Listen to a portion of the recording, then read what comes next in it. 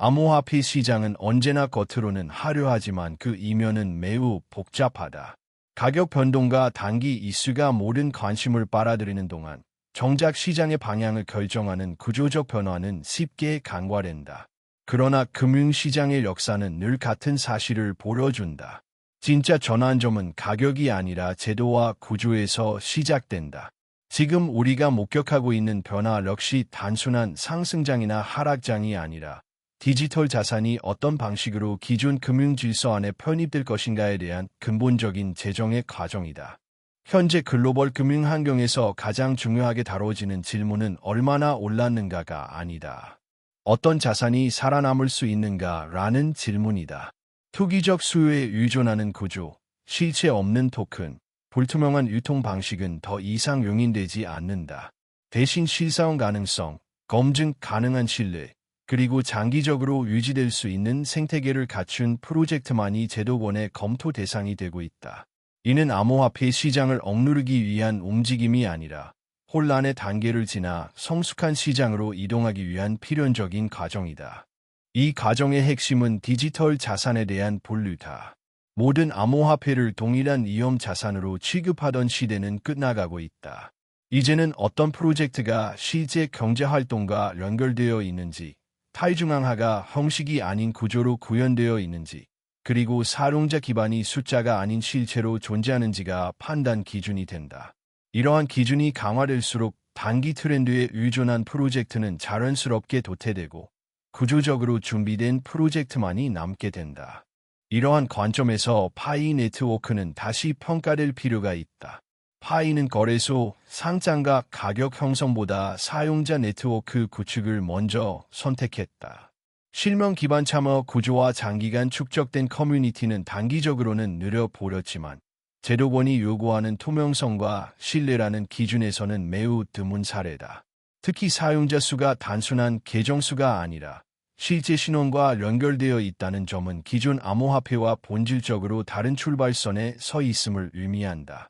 규제 당국이 가장 경계하는 요소는 익명성에 기대어 형성된 범죄 리스크와 책임 주체가 불분명한 토큰 구조다. 이러한 환경에서는 거래가 늘어날수록 불확실성도 함께 커진다. 파이 네트워크가 초기에 선택한 KYC 기반 구조는 이러한 문제를 원천적으로 줄이기 위한 시도였다.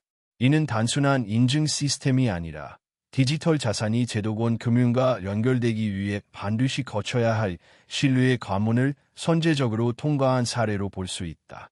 이 지점에서 인터링의 전략은 파이 네트워크 이후의 진화 모델로 읽힌다. 인터링은 처음부터 슈퍼프리 마이닝 앱이라는 개념을 중심에 두고 설계되었다. 누구나 무료로 참여할 수 있지만 그 참여가 단순한 채굴 행위에 머무르지 않고 실제 가치 창출로 이어지도록 구조를 설계했다.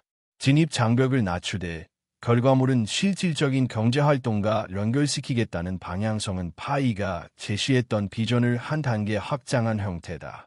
인터링가 특히 강조하는 부분은 과거 자료 채굴 프로젝트들이 반복해온 실패를 그대로 답습하지 않겠다는 점이다. 사용자 수가 많아도 토큰을 사용할 수 있는 환경이 부족하면 생태계는 쉽게 정체된다. 외부 시장과 경쟁할 수 없는 제품, 같은 인프라는 장기적인 성장을 가로막는다. 인터링은 이를 인식하고 ID 시스템, SDK, AI 인프라, 지갑, 거래소, 그리고 결제 수단까지 동시에 구축하는 전략을 선택했다. 이는 토큰을 중심으로 한 완결된 경제 구조를 만들기 위한 필수 조건이다. 이 전략의 중심에는 인터링의 프라이빗 메인넷이 있다. 이 레이어 1 블록체인은 결제를 핵심 기능으로 설정하고 속도와 트랜잭션 처리량, 안정성을 최우선으로 설계되었다. 모든 온체인 활동과 초기 결제 포인트가 이 메인넷 위에서 운영된다는 점은 인터링가 단순한 기술 실험이 아니라 실생활 사용을 전제로 한 인프라 구축에 집중하고 있음을 보여준다.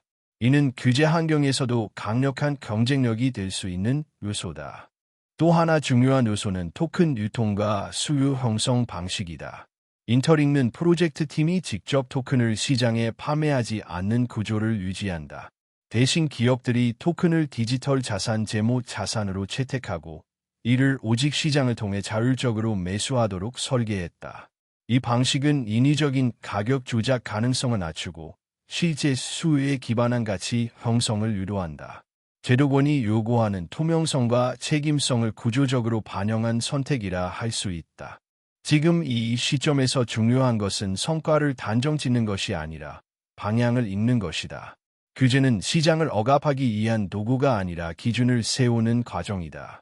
그 기준이 명확해질수록 처음부터 전공법을 선택하고 신뢰와 실사용을 중심에 둔 프로젝트는 재평가될 수밖에 없다. 파이 네트워크와 인터링은 바로 이 변화의 흐름 위에 서 있으며 결과는 단기 가격이 아니라 시간이 증명하게 될 것이다.